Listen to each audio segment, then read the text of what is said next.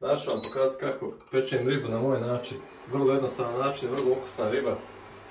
Sipamo u tavu ili tepsiju, zavisi šta imate, što više ulja. Riba treba da bude do pola bar u ulju. Zagrijavate na najjače ulje.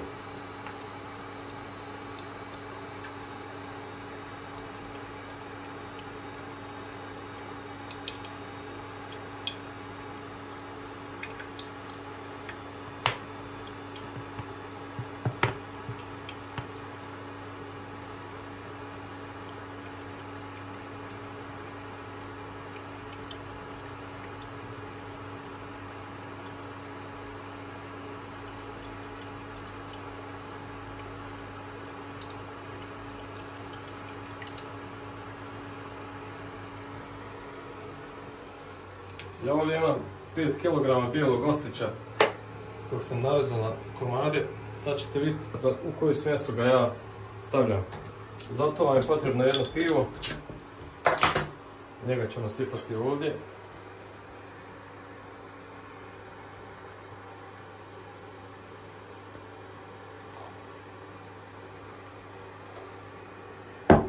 Zatim ćemo u ovu posudu napraviti smjesu. Idu 3 kaške mekog brašna,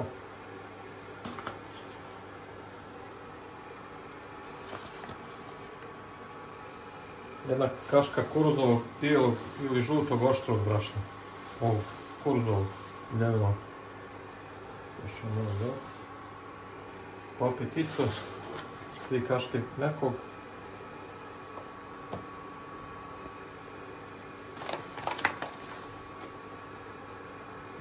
Jedno kuruzovo.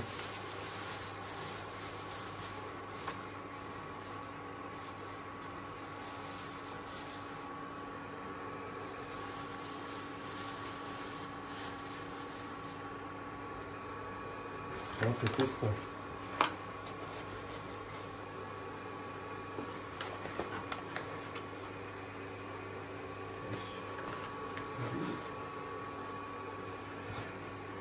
Onda ovo ćemo sve srpati jedna kaška krivke.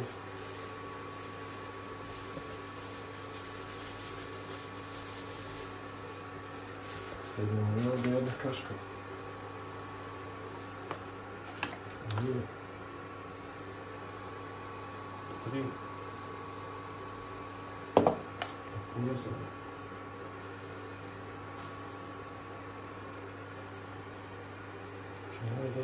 1, 2, 3 i jedno ovdje. I dodajemo vegetu u smjesu. Tako oko 2 kaške vegete i nešto malo soli. Pola kaške soli. Tu smjesu pomiješamo.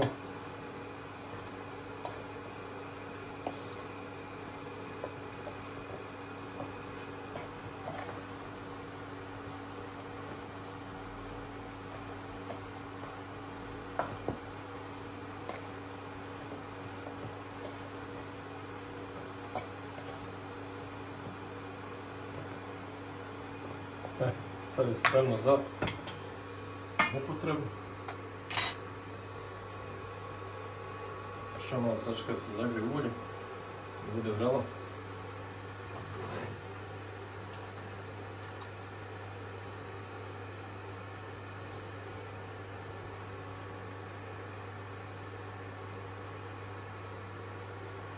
Zatim ribu umačemo u pivo, okrenemo da se napuni pivo.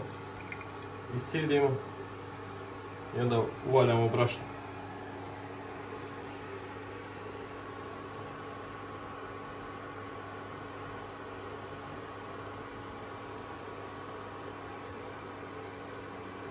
Možete bilo koju vrstu ribe sa ovim istim receptom da pečete jer ima posebnu aromu, ukus i mekoću zbog piva. Sad stavljamo na vruće ulje.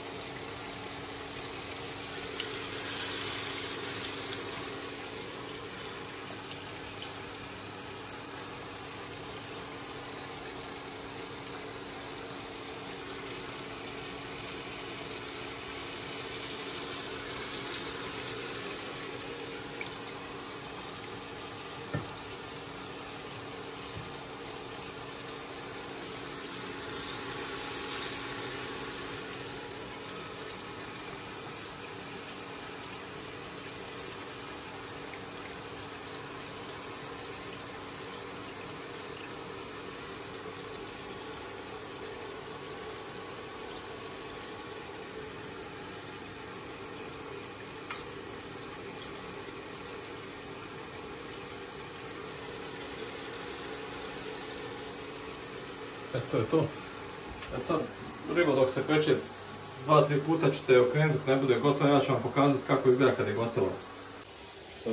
Evo vidite, nakon 5-6 minuta riba je već više od pola pečena. Lagano je okrećete da dobije ovu rumenu boju, da je gotova sa svih strana. Miris je prelijep zbog te kombinacije piva i začina. Nakon nekih 10 minuta prva tura ribe je pečena. Iscijedimo je i vadimo u posudu. Prelijepo miriše.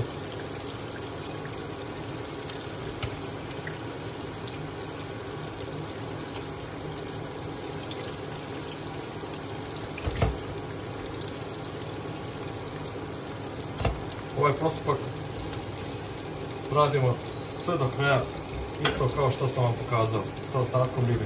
Na kraju ću vam pokazati komplet ribu kad ispečemo kako to lijepo izgleda. A ovo pivo, ostatak možete upotrijebiti u korisne svrhe da se ne baca živli.